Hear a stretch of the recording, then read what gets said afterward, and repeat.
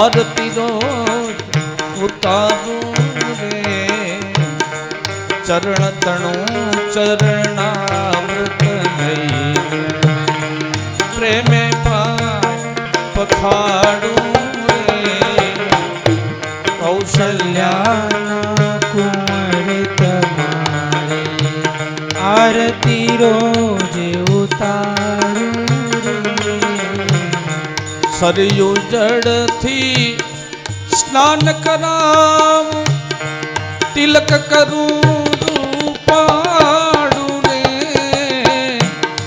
अंगे उत्तम आभूषण ने अंगे उत्तम आभूषण नयन काजल काड़ू रे कौशल्याना तुम्हारे आरती रोज उतारूं रे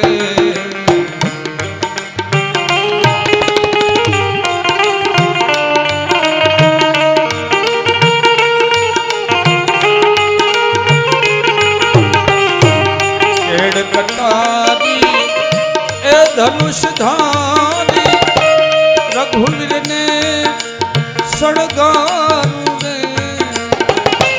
केड़ कटारी धनुष धारी रघुवीर ने सड़गारू रे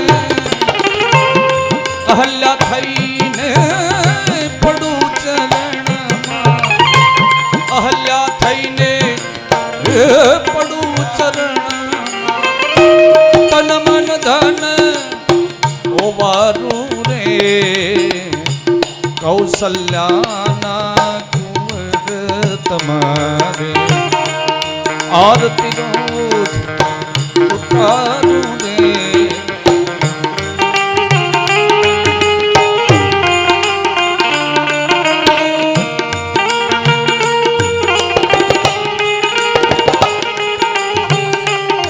काग मुनि नु ए रूप जलईने राघव ने हूँ रमाडू रे काग मुनि नु रूप जलईने राघव ने हूँ रमाडू रे सबरी थईने राम निशाने सबरी थईने राम निशाने ए मीठा बोर जमाड़ू रे कौशल्याना कुंवर तुम्हारे आरती रोज उतारूं रे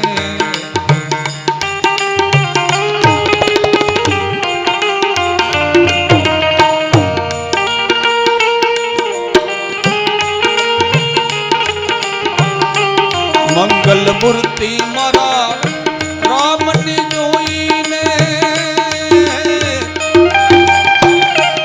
मंगल मूर्ति राम ने जोई ने अंतरमा हर खाऊ रे ए बजरंगी ना राम तुम्हारी बजरंगी ना आरती रोज उतारूं रे कौशल्याना कुंवर तमारे आरती रोज उतारूं रे कर्पूर गौरम करुणावतारम संसार सारम भुजगेन्द्रहारम सदा वसंतम हृदयारविंदे भवं भवानी सहितं नमामि मंगलम भगवान विष्णु मंगलम गरुड़ध्वज मंगलम पुंडरीकाक्षो मंगलाय तनोहरि सर्वमंगल मांगल्ये शिवे सर्वार्थ साधिके शरण्य त्र्यंबके गौरी नारायण નારાયણી નમોસ્તુતે નારાયણી નમોસ્તુતે બોલો રામચંદ્ર ભગવાન ગજાનનમ ભૂતગણાધિસેવિતમ કપિત્થજંબુફલચારુભક્ષણમ ઉમાસુતમ શોકવિનાશકારકમ નમામિ વિઘ્નેશ્વર પાદપંકજમ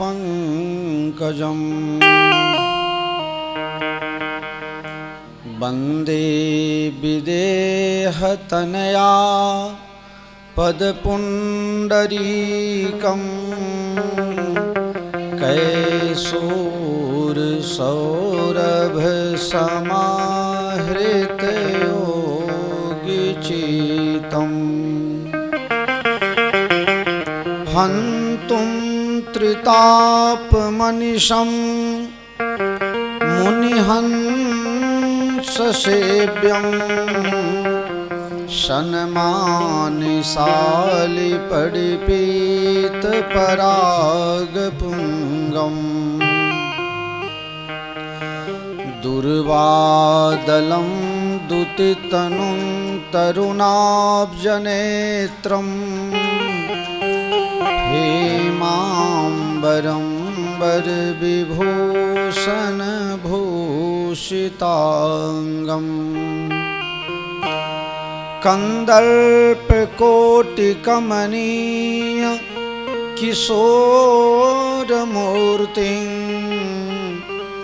पूर्तिं मनोरथ भवां भजु जानकीशम् मनोजवं मारुततुल्यवेगं जितेन्द्रियं बुद्धिमतां वरिष्ठं वातात्मजं वानरयूथमुख्यं श्रीरामदूतं शरणं प्रपद्ये सीतानाथ समारंभां रामानंदार्य मध्यमाम् अस्मदाचार्य पर्यन्तां वन्दे गुरु परम्पराम् अखण्डमण्डलाकारं व्याप्तं येन चराचरं तत्पदं दर्शितं येन तस्मै श्रीगुरुवे नमः। भक्ति भक्त भगवंत गुरु चतुर नाम बपुएक सबके पद बंदन करो ना सही विघ्न अनेक। सिया मांडवी उर्मिला श्रुति कीरति बरबाम चार कुंवर चारो कुंवरी तुलसी करत प्रणाम। बंदो तुलसी के चरण जिन किन्हे जग काज कली समुद्र डूबत लख्यो प्रगट्यो सप्त जहाज। श्री गुरु चरण सरोज रज निज मन मुकुर सुधारि बरनौ रघुबर विमल जसु जो दायक फलचारि।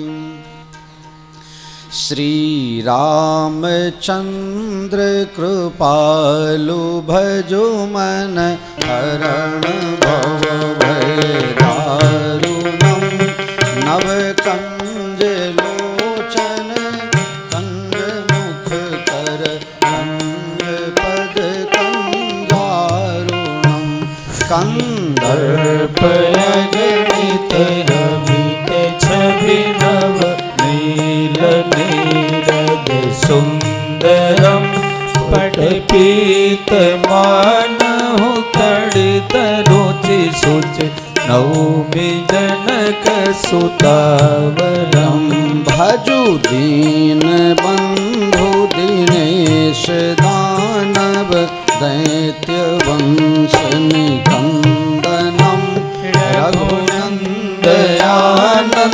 नन्द कौशल चन्द्र दशरथ नन्दनम् शिर मुकुट कुंडल तिलक चारु उदारु अंग विभूषणम् आजान भुज सर चाप धर संग्राम जित खर दूषणम् इति वदति तुलसीदास शंकर शेष मुनि मनरंजनम् मम हृदय कुंज निवास कुरु कामादिखल दल गंजनम् मन जाहिरा चेउ मिलहि सोबर सहज सुंदर सांवरो करुणा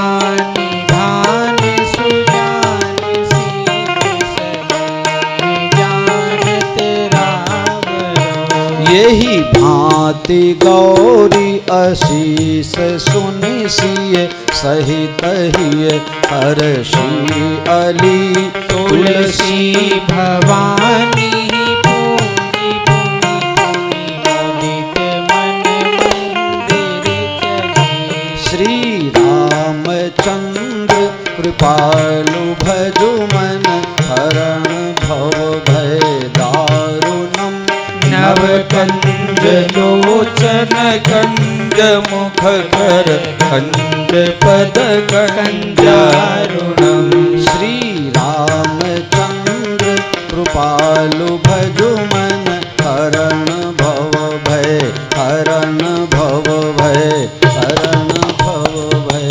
दारुणम्।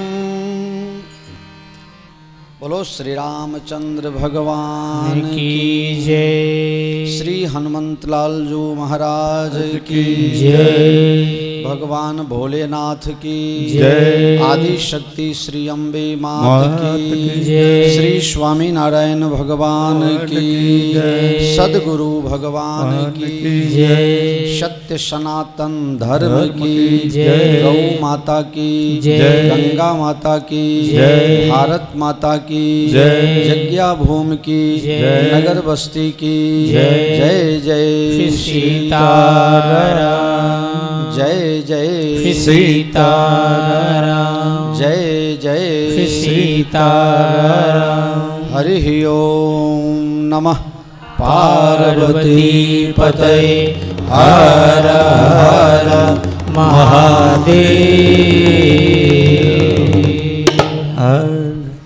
परम कृपालु परमात्मा श्री सीताराम जी श्री हनुमंतलाल जी महाराज तथा सदगुरु भगवान ना युगल चरण कमलों में सादर साष्टांग दंडवत प्रणाम।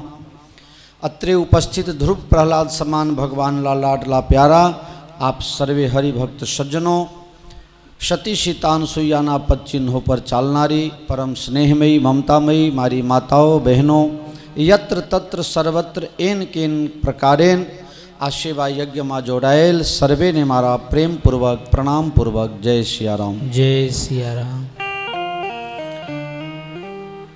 भगवान श्री रामचंद्र जी नो प्राकट्योत्सव અને શ્રી સ્વામિનારાયણ ભગવાનનો પ્રાકટ્યોત્સવ નિમિત્તે આપ સૌને ખૂબ ખૂબ અભિનંદન અને બધાઈ આપું છું।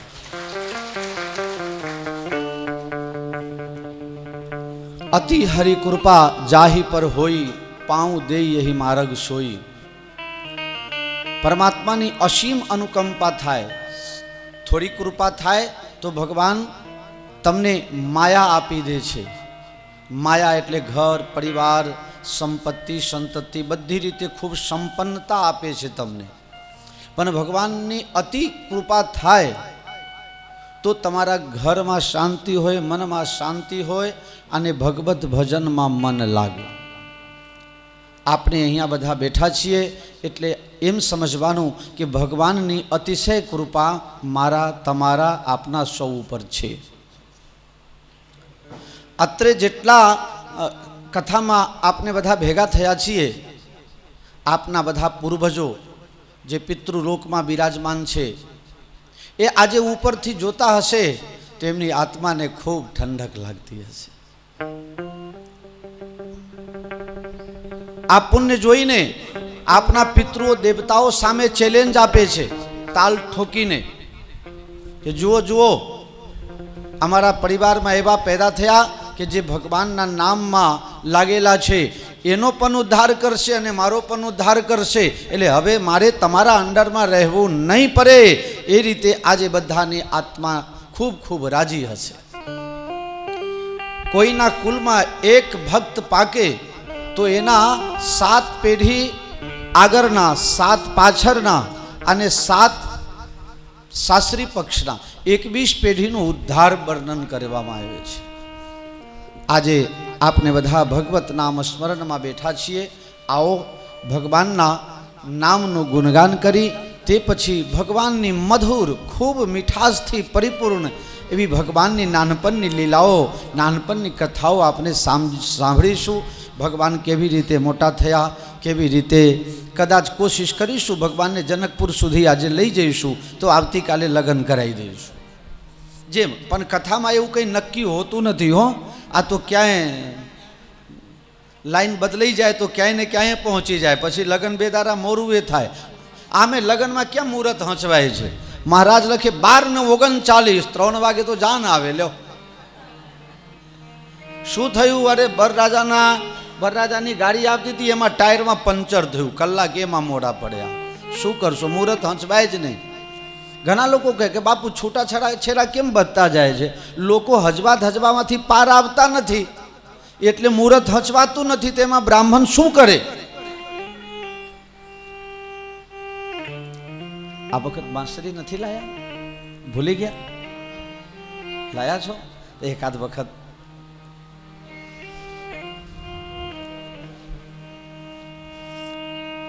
આ બળદેવભાઈ અમને 5-1 વર્ષ પહેલા મળ્યા. આ રસિકભાઈના લીધે નહીં, એમાં વિજય નહોતો. વિજય પાછળથી જોઈન થયો તારા લીધે.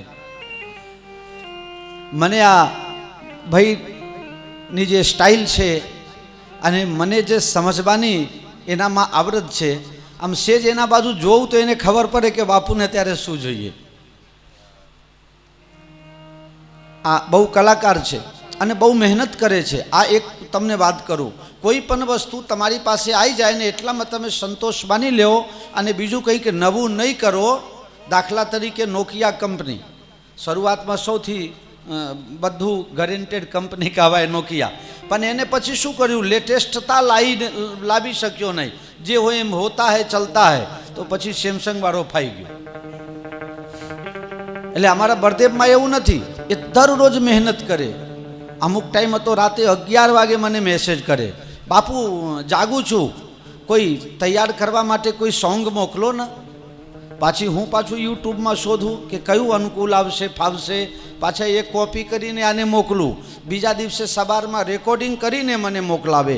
એટલે એ ખૂબ એના કામ માટે ખૂબ જવાબદાર છે અને મહેનત કરે છે. આપણે આપણા કામ માટે, આપણે આપણા ઘરના, સરકારના, સંસ્કારના બધા કાર્યો માટે આપણે પણ હંમેશા જાગતું રહેવું પડે, જાગૃતતા જોઈએ. એટલે એક વખત અમારા બળદેવભાઈ માટે તમે ખૂબ જોરથી લ્યો, કીધા વગર ખબર પડી ગઈ. અમે જ્યારે ભજન ગાઈએ અને હું થાકી જઉં ગાતા, એટલે આ બચ્ચે સુંદર સુંદર પીસ વગાડે, એટલે તમને પણ ગમે. આ બહુ તૈયારી કરીને આવે છે. આવો ભગવત નામ સંકીર્તન કરી પછી ભગવાનની બાલ લીલામાં પ્રવેશ કરશું. સીતારામ જય સીતારામ, સીતારામ જય સીતારામ, જય સીતારામ, જય સીતારામ, જય સીતારામ, જય સીતારામ, જય સીતારામ, જય સીતારામ, જય સીતારામ, જય સીતારામ, જય સીતારામ, જય સીતારામ, જય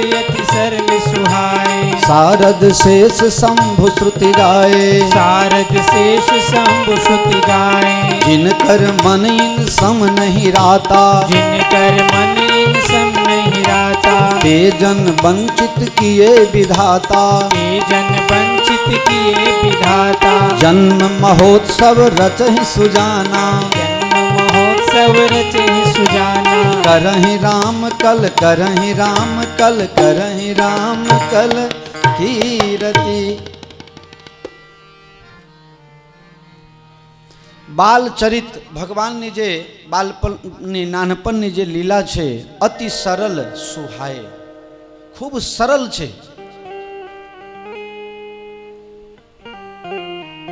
સુહાય બધાને ગમે છે. તો જેનામાં સરળતા છે, જેનામાં સહજતા છે, જેનામાં વિનમ્રતા છે, ગોસ્વામીજી એમ કહે છે શારદ શેષ શંભુ શ્રુતિ ગાય. શારદ એટલે સરસ્વતી. શારદ ગાઓ. शारद शेष शंभु श्रुति गाए. शारद शेष शंभु श्रुति गाए. શારદ એટલે સરસ્વતી, શેષ એટલે શેષ નાગ, 1000 મોઢાવાલા. શંભુ એટલે શંકર ભગવાન. શ્રુતિ એટલે વેદ. જેની અંદર સરળતા છે, સહજતા છે, સૌને ગમે એવી રીતે જીવન જીવવાની શક્તિ છે, સૌના માટે લાયક બનવાનો જે પ્રયત્ન કરે છે. તુલસીદાસજી મહારાજ કહે હું તો શું વર્ણન કરી શકું. એનું વર્ણન, એની ચર્ચા સરસ્વતી કરે. સરસ્વતી એના ગુણલા ગાય, શેષ નાગ એના ગુણ ગાય. શંકર ભગવાન પાર્વતીજીને કથા કરતા કરતા એનો દાખલો આપે કે આ માણસ કેટલો સરળ છે. સરળ બનવું આ દુનિયાની અંદર, ધનવાન બનવું, બલવાન બનવું બધું સરળ છે, પણ સરળ બનવું બહુ કઠિન છે. માણસ બધું મેળવી લે અને મેળવ્યા પછી લગભગ કોઈ સરળ રહેતું નથી. અભિમાન આવી જાય છે, હું કઈ છું. તો મારા રાઘવ અયોધ્યાના રાજકુમાર છે, પણ કહે છે અતિ સરળ છે, અતિ સરળ.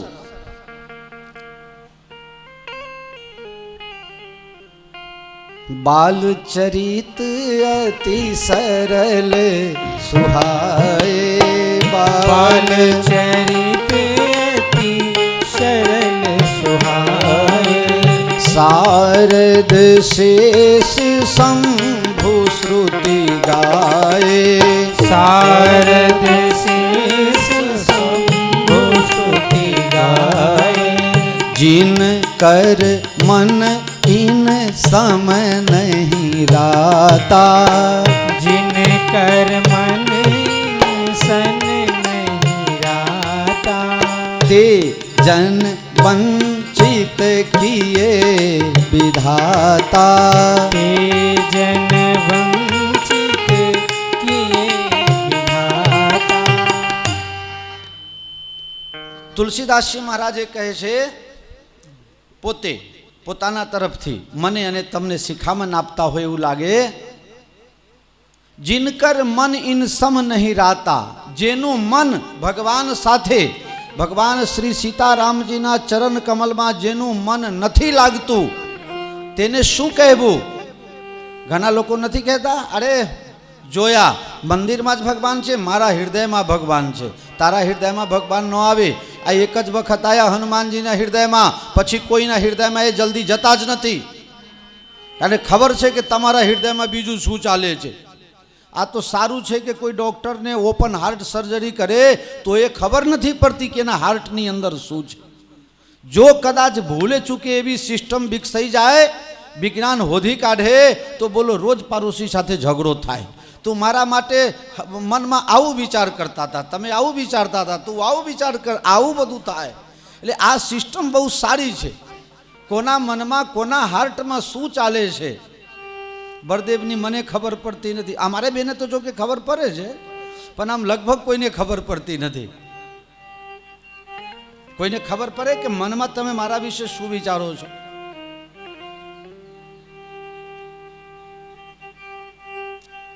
તુલસીદાસજી મહારાજ કહે છે કે જેનું મન ભગવાનના ચરણોમાં ન લાગે, ભગવાનની કથામાં ન લાગે, ભગવાનના રૂપમાં એટલે કે દર્શનમાં ન લાગે, ભગવાનની લીલા એટલે કથામાં ન લાગે, ભગવાનના ધામ એટલે અયોધ્યા વૃંદાવન ક્યાંય તીર્થયાત્રામાં જવાનું મન ન થાય, આ બધી કથા આમાં છે. તો સમજી લેવાનું કે વિધાતાએ એને પેદા તો કરી દીધું છે, પણ પેદા કર્યા પછી એને છેતરીને અને એની બુદ્ધિ ખરાબ આપી દીધી છે, સરેલો માલ પધરાઈ દીધો છે. પણ હવે તકલીફ શું છે કે બેચેલો માલ પાછો લેવામાં આવતો નથી. जिन कर मन इन सम नहीं राता, जिन कर मन इन सन नहीं राता, ते जन वंचित किए विधाता, ते जन वंचित किए विधाता. જો વિધાતાની તમારી ઉપર કૃપા હોય, ભગવાન તરફ મન ખેંચાય, તો સમજજો કે ભગવાન મારા ઉપર રાજી છે. ભગવાન સામાન્ય રાજી હોય તો સંપત્તિ આપીને તમને એમાં ને એમાં ભૂલા પાડી દે, તમે એમાંથી બહાર નીકળો જ નહીં. શંકર ભગવાનના 100-150 ભગત હતા. કેટલા? આશરે કહું છું, ગણવા ગયેલો નથી હું. 100-150 ભગત હતા અને બહુ ગરીબ હતા, બહુ ગરીબ ભગત. શંકર પાર્વતીજી બેઠા હોય અને ભગત લોકો દર્શન કરવા આવે, કોઈના કપડાના ઠેકાના નહીં, કોઈના શ્રૃંગારના ઠેકાના નહીં, કોઈના ચંપલના ઠેકાના નહીં. અને માતાઓ બહેનોનો સ્વભાવ પુરુષો કરતાં દયાલુ હોય. હા, હું તો કહી દઉં છું, 80-20 જેવું હોય. હા, માતાઓનો સ્વભાવ સહજ દયાલુ હોય. નાટકમાં પિક્ચરમાં રડે ને હિરોઈન ને હીરો, તો એ માતાઓ બહેનો રડે, બહુ તકલીફ પડી ગઈ. એ તો પૈસા માટે રડે છે, તમે શું કામ રોડો છો? એ તો એક પિક્ચર સાઇન કરવાના 11 કરોડ રૂપિયા લે છે, ખબર છે તમને? એમાં એ રોડ રડે હો. હા, એટલે આ બીમારી નથી, ખરાબી નથી, પણ તમારો સહજ દયાલુ સ્વભાવ છે. રોજ મંદિરમાં આવે, શંકર પાર્વતીજી બેઠા હોય, પગે લાગીને ભક્તો જતા રહે. માતાઓનો સ્વભાવ દયાલુ, એટલે માતાજીને દયા આવી ગઈ. પાર્વતીજી શંકર ભગવાનને લડવા લાગ્યા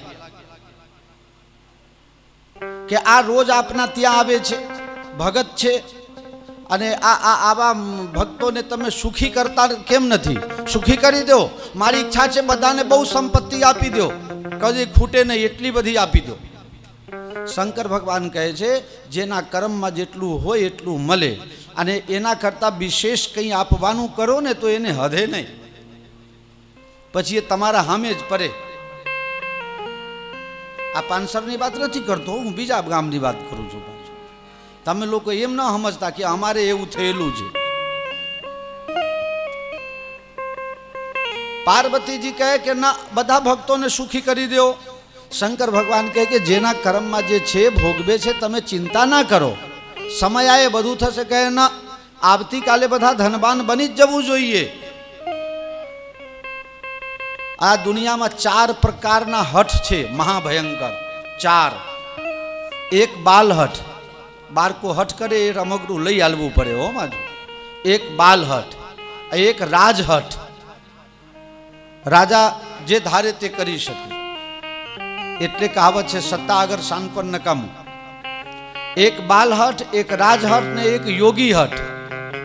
સાધુ બાબા લોકો બી નક્કી કરે તો એમાંથી પાછા નહીં પડે. અને ચોથા નંબર ઉપાડો તમે. હે, બરોબર છે?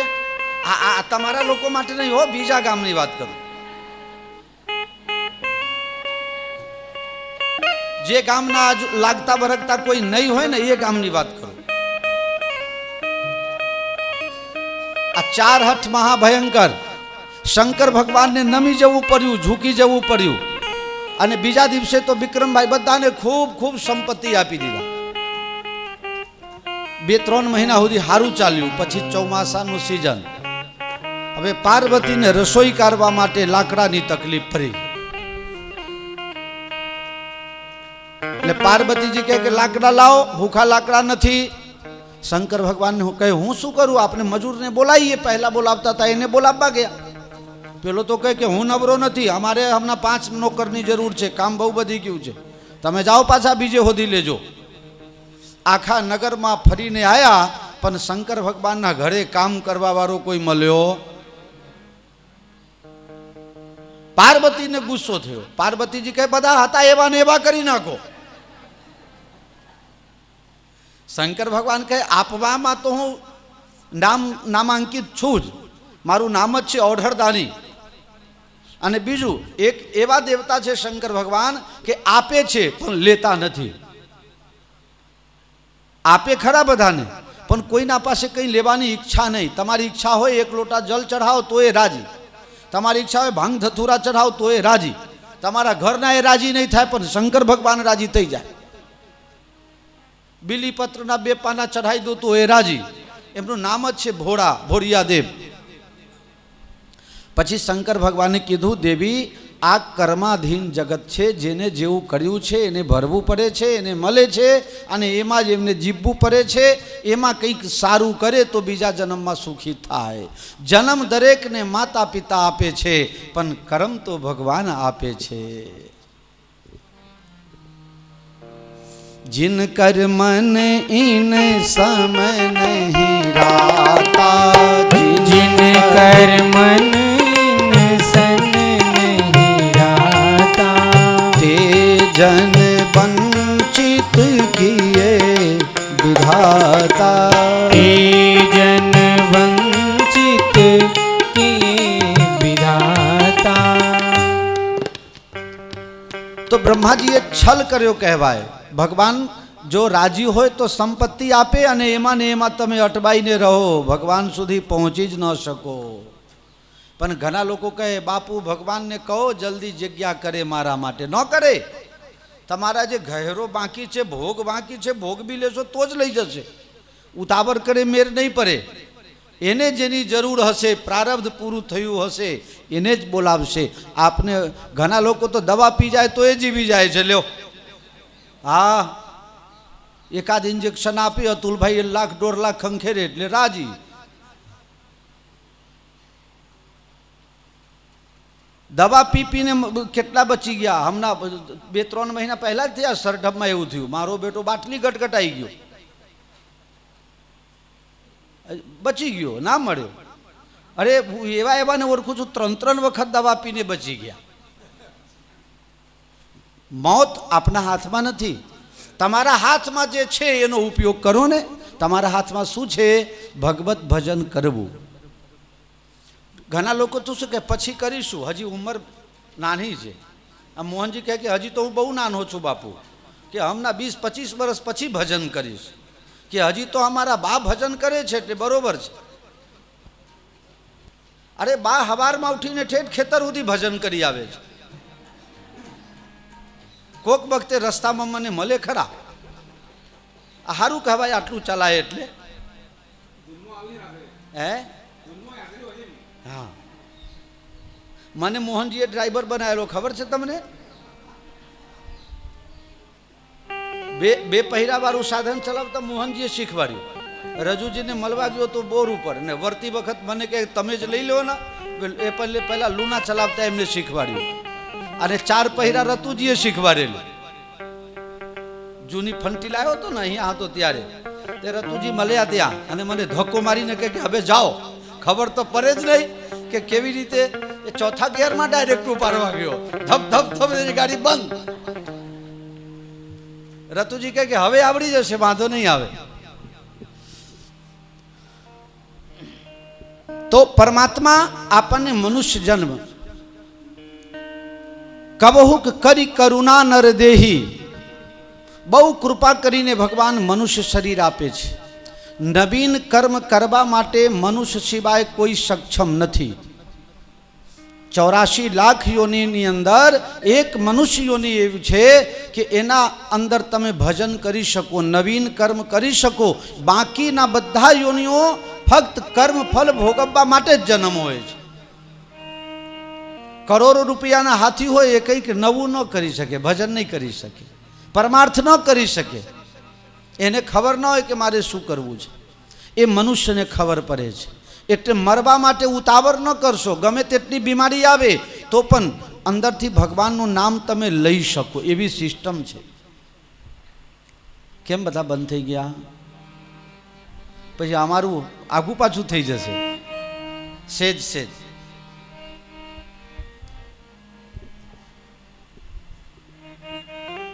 મનુષ્ય નવીન કર્મ કરી શકે છે, જ્યારે બીજા યોનિમાં આ સંભવ નથી. મારે અને તમને આ અનેક જન્મોના કરેલા કર્મ ભોગવવાના ભી છે અને નવા બનાવવાના ભી છે. આ સૃજન કરવાની શક્તિ આ મનુષ્ય શરીરમાં છે. માની લો કે તમને એમ થશે કે આ જન્મમાં જે થવું હોય થાય, મારે તો ભજન કરવું જ નહીં, આવતા જન્મમાં કરીશું. અત્યારે આ દુનિયાની અંદર જે ચરકાટ છે એમાં આપણે ઘણી વખત થાપ ખાઈ જઈએ છીએ. બીજા જન્મ આપણે લઈશું 15-20 વર્ષ સુધી તો ખબર પડે નહીં કે શું કરવાનું છે. પછી સેજ સેજ ભાન આવે ત્યારે તો માયામાં ફસાઈએ અને પછી જ્યારે ભાનમાં આવીએ ત્યારે તો ઉંમર बीती જાય. भजन करवानु सूझे कि न सूझे, इसलिए अभी आपको जो जन्म मिला है उस जन्म का सदुपयोग कीजिए, यही भगवान की इच्छा होगी. सुख दुख हानि लाभ जीवन मरण जस अपजस आ जे द्वंद छे ए दरेकना लाइफमां छे. मने तमे सुखी देखाओ, तमने कोई सुखी देखाय, कोईने कोई सुखी देखाय. वास्तवमां कोई सुखी नहीं. दीन कहे धनवंत सुखी, धनवंत कहे सुख भूप को भारी. भूप कहे कि विरंच सुखी, विरंच कहे शिव शंभु सुखारी. राघव कवि विचार कहे बिना राम भजे सब जीव दुखारी. भगवान श्री राम जी ने जे बाल लीला छे सरल छे, सहज छे, सर्वे ने गमे तेवुं छे. ब्रह्मा शंकर सरस्वती शेष पण पार न पामी सके. એટલે મારું અને તમારું મન ભગવાનના શ્રી ચરણો. મારા ગુરુદેવ ભગવાન કહેતા હતા, મારા ગુરુદેવ ભગવાનનું કહેવું હતું કે શ્રી રામ ચરણ શરણ ગ્રહણ કર્યા વગર કોઈનું ભવતરણ શક્ય બનશે નહીં. શબ્દોની માયાજાલ જુઓ. શ્રી રામ ચરણ શરણ ગ્રહણ કર્યા વગર કોઈનું भी ભવતરણ संभव नहीं. जय. आओ उनके चरणों में मन को लगावे. अवध में आनंद भयो जय हो राम लाल की. अवध में आनंद भयो जय हो राम लाल की. जय हो राम लाल की, जय हो रघुवर लाल की. जय हो राम लाल की, जय हो राम लाल की. अवध में आनंद भयो जय हो राम लाल की. अवध में आनंद भयो जय हो राम लाल की. अवध में आनंद भयो जय हो राम लाल की. अवध में आनंद भयो जय हो राम लाल की. जय हो राम लाल की, जय रघुवर लाल की. जय हो राम लाल की, जय रघुवर लाल की. जय हो राम लाल की, जय रघुवर लाल की. जय हो राम लाल की, जय हो रघुलाल की. अवध में आनंद भयो जय हो राम लाल की. हाँ अवध में आनंद भयो जय हो रघुलाल की. अवध में आनंद भयो जय हो राम लाल की. अवध में आनंद भयो जय हो रघुलाल की. कोने कोने हाथी घोड़ा, कोने कोने पालकी. कोने कोने हाथी घोड़ा, कोने कोने पालकी. कोने कोने हाथी घोड़ा, कोने कोने पालकी. कोने कोने हाथी घोड़ा, कोने कोने पालकी.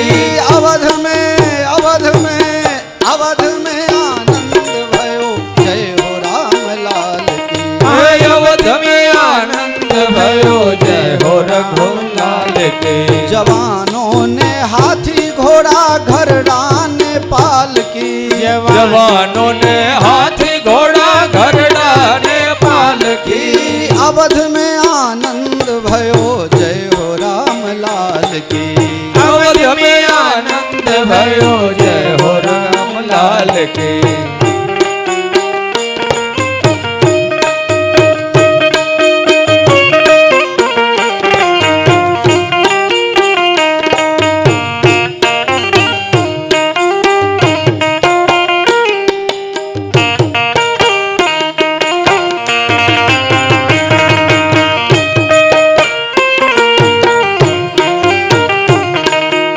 अवध में आनंद भयो जय हो राजा राम की अवध में आनंद भयो जय हो राम लाल के कोने कोने लाडू पेड़ा कोने कोने लापसी कोने कोने लाडू पेड़ा कोने कोने लापसी कोने कोने लाडू पेड़ा कोने कोने लापसी कोने कोने लाडू पेड़ा कोने कोने पालकी अवध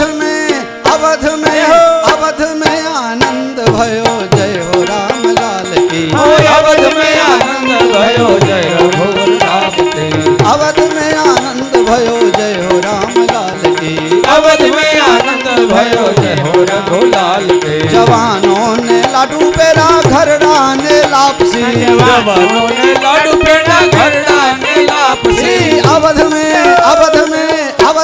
आनंद भयो जय हो राम लाल की अवध में आनंद भयो जय हो रघुलाल के अवध में आनंद भयो जय हो राजा राम की अवध में आनंद भयो जय हो रघुलाल के बोलो श्री रामचंद्र भगवान भगवान की जय શ્રી અવધની ગલીઓમાં ખૂબ ખૂબ આનંદ છવાઈ ગયો છે.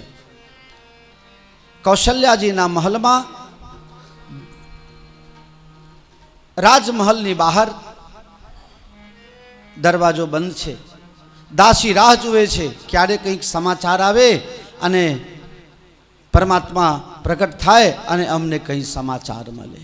ભગવાન રામચંદ્રજી અયોધ્યામાં કૌશલ્યા માતાના સામે પ્રગટ થયા. તુલસીદાસજીએ લખી દીધું, ભયે પ્રગટ કૃપાલા દીન દયાલા કૌશલ્યા હિતકારી. ભય પ્રગટ કૃપાલા દીન દયાલા કૌશલ્યા હિતકારી. આ આપણે વર્ષોથી ગાઈએ છીએ પણ ખરેખર આ યોગ્ય નથી. ભય પ્રગટ કૃપાલા દીન દયાલા કૌશલ્યા હિતકારી. પ્રગટ હવે જે બાળક પેટમાં હોય એ પેદા થાય જન્મે અને અહીં લખે છે પ્રગટ. લોચન અભિરામા તન ઘનશ્યામા નિજ આયુધ ભુજ અરે 4 હાથ. ભુજ એટલે હાથ. 4 હાથમાં શંખ ચક્ર ગદા પદ્મ લઈને અને પ્રગટ થયા. માતાજીએ દર્શન કરીને અને આરતી ઉતારીને મોઢું ફેરવીને બેહી ગયા.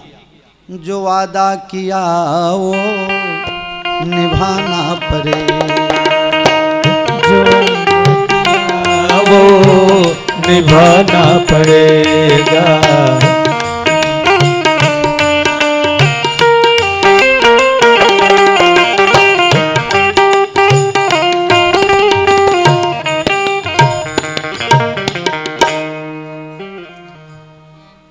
માતાજી કહે છે તમે તો બાલક થઈને આવવાનું કહ્યું હતું, દીકરો થઈને. તમે તો બાપા થઈને આવ્યા.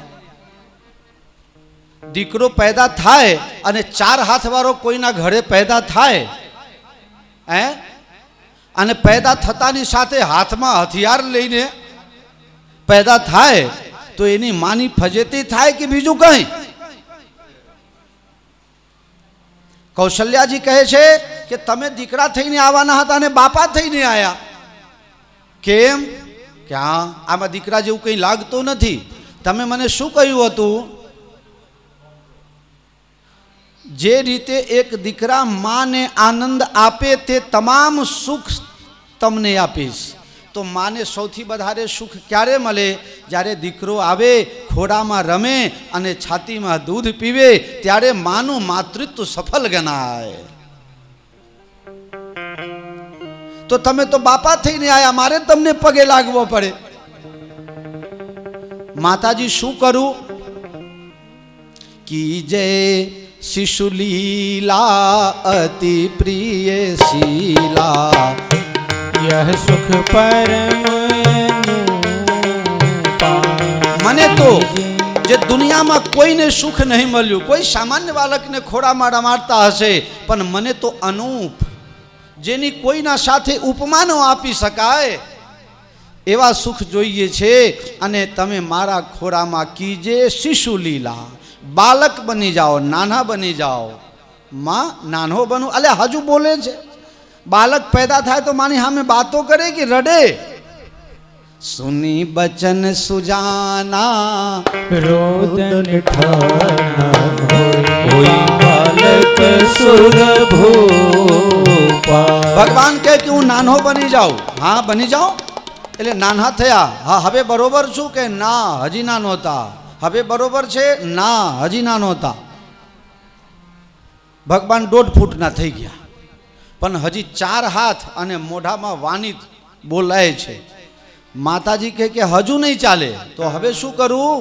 કીજે શિશુ લીલા, બાળક જન્મે તો રડે, અને બાળકનું રડવાનું સાંભળીને લોકો આનંદ મંગલ ઉત્સવ મનાવે. પછી ભગવાને તરત જ સ્વીકાર કરી લીધું. રાઘવ, તારે કૌશલ્યા હિતકારી થઈને આવવાનું નહોતું, તું તો જગત હિતકારી છે, જગતનું કલ્યાણ કરવા માટે આવવાનો છે. ખાલી કૌશલ્યાનું હિત નથી, આ છે ભારતની માતા. પોતાનું સ્વાર્થ ન જુએ, આખા ગામનું સ્વાર્થ જોઈએ. હે, મારા એકલાના ઘરે નહીં, બધાના ઘરે જો રાજીપો હશે તો મારા ઘરે રાજીપો હોય. માની લો કે તમારા ઘરે ખૂબ શીરો પૂરી ખાવાનું તમને સગવડ છે, પણ પાડોશીમાં આજુબાજુમાં રોજ એકાદ મહિનું થાય, તો તમે ઘરે શીરો બનાવો ખરા? લોકલાજના કારણે પણ બનાવાય તો નહીં. ભલે પાડોશી સાથે ઝઘડેલો હોય, બોલેલો હોય, તો એ ઘેર શીરો તો ન જ બને. એ જ ઈચ્છા રાખો કે બધા સુખી થઈ જાય. હું હનુમાનજીને જ કહું છું, મારી સાથે જે જોડાય, હે હનુમાનજી મહારાજ, બધાને તમે ખૂબ સુખી રાખજો. કોઈ દિવસ મને હેરાન કરવા તો ન આવે. અને બધા સુખી હશે, બધા સુખી હશે તો આટલા બધા તમે સુખી હો તો એક બાબાજી ક્યાં ભારે પડવાના હતા? मैं तो एक बार निकलूंगा आपके मोहल्ले से, कोई 50 रुपया दे दोगे, कोई 100 रुपया दे दोगे, मेरा तो जेब भर जाएगा चकाचक. आप सब सुखी रहो. हमारी सुखी तो सुखीपना उसमें है ही, गारंटी के साथ. મને માનતા હોય કે ન માનતા હોય, પણ મને વિશ્વાસ છે કે અમે તમારા જોડે એવી રીતે તો રહ્યા જ છીએ વ્યવહારમાં કે તમે મને જોઈને આંખ ન ફેરવી શકો. બાકી 16 વર્ષ રહીને ગયા હોય ને 100 રૂપિયાની કોઈ ઉઘરાણી નથી. રોહિતભાઈ શેઠે માફ કરી દીધા હતા છેલ્લે છેલ્લે. જાઓ બાપુ, મારે નથી લેવું. હા, 3000 ઉપરના બિલ બાકી હતા. રોહિતભાઈ કે હવે મારે નથી લેવું. પછી અમારે તો હવે ઓળખાણ પહેચાન થઈ ને, હું ત્યાં હતો તો એ કડિયાનું રોહિતભાઈના દુકાનથી જ મંગાવતો હતો. પૂછો, ચિઠ્ઠી એને કહીને મારો ગમે તે છોકરો આવે લઈને જાય. બસ यही जीवन का आनंद है. આ જ જીવનનો આનંદ છે. બાકી તો મારા કર્મનું હું જ્યાં રહીશ ત્યાં મળશે, તમારા કર્મનું જ્યાં હશે ત્યાં મળશે. પણ આપણે આપણા લાઈફમાં એવા કોઈ ધંધા કરવાના નહીં કે જેના લીધે તમને ક્યાંય મોઢું હંતાડવું પડે. આપણા મંદિરના પૂર્વ મહંત ભરતદાસજી મહારાજ, અંબાજી ચોકમાં કશાકની મીટિંગ હતી અને બધાએ કીધું કે મહારાજ તમે કંઈ બોલો, મહારાજ તમે કંઈ બોલો. તમને બધાને ખ્યાલ હશે મહારાજ ભણેલા નહોતા. મહારાજને સહી કરતા આવડતું નહોતું, અંગૂઠા જ લગાવતા હતા. પણ જે બોલ્યા એ મને હજી સુધી યાદ છે. 1 મિનિટ भी નહીં બોલ્યા વિક્રમભાઈ, 1 મિનિટ भी નહીં. ફક્ત આટલું બોલેલા કે તમે કામ જીવનમાં એવું કરો કે 10 જણાની વચ્ચે માથું ઊંચું કરીને રહી શકો. એવા કામ કદી ન કરો કે 10 જણા બેઠા હોય તો માથું ઝુકાઈને બેસવું પડે અને કોઈ પૂછે કેમ છો, પછી આપને કહો હા બરોબર છે, બસ આરામ से बैठे रहो। क्या बात है। આ ભરતદાસજી મહારાજના શબ્દ છે। मेरे प्यारे, આ એક લીટીની અંદર આખી દુનિયાની તમામ ધર્મ ગ્રંથોનો સમાવેશ થઈ જાય તેમ છે। એ ભરતદાસજીને આપણે શું કહીએ કે ભણેલા નતા?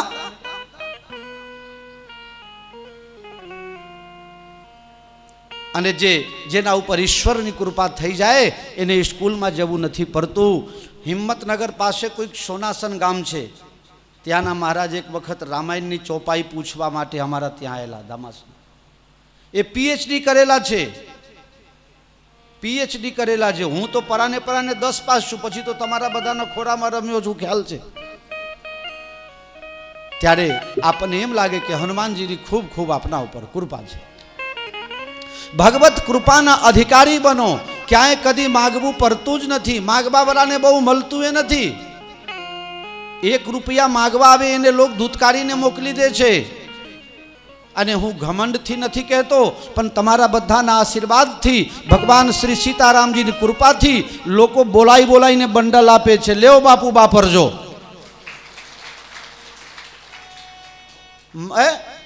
મેં તમને ગઈકાલે કીધું તું રોહિતભાઈની ચોપાઈ, બન માગે દોડતું આવે। શું કહેતા હતા રોહિતભાઈ? બન માગે દોડતું આવે। આ રોહિતભાઈ કહેતા એ વખતે। તો આ એક રોહિતભાઈને ઘણી બધી દાખલાઓ છે મારી પાસે। અમુક ટાઈમમાં અહીં આવે નહીં દર્શન કરવા, એટલે હું તપાસ કરાવું કેમ રોહિતભાઈ 2-4 દિવસથી આવ્યા નથી। એટલે મને કહે બાપુ એક જીવને લાખ ઉપાધિ, એક જીવને, સાચી વાત છે, લાખ કરતાંય બધા રહેશે। એક પૂરું થાય નહીં ને બીજી ઉપાધિ શરૂ થઈ જાય, બધું સાચી વાત છે। તો ભગવાન રામજીની બાલ લીલામાં આપણે આનંદ માનીએ। અયોધ્યાની ગલીઓમાં આજે ખૂબ ખૂબ આનંદ વર્તાય છે। અને અયોધ્યાની ગલી કેવી લાગે છે, અયોધ્યાનો માહોલ કેમનું છે, એક ભજન દ્વારા હું તમને સંભળાવું છું।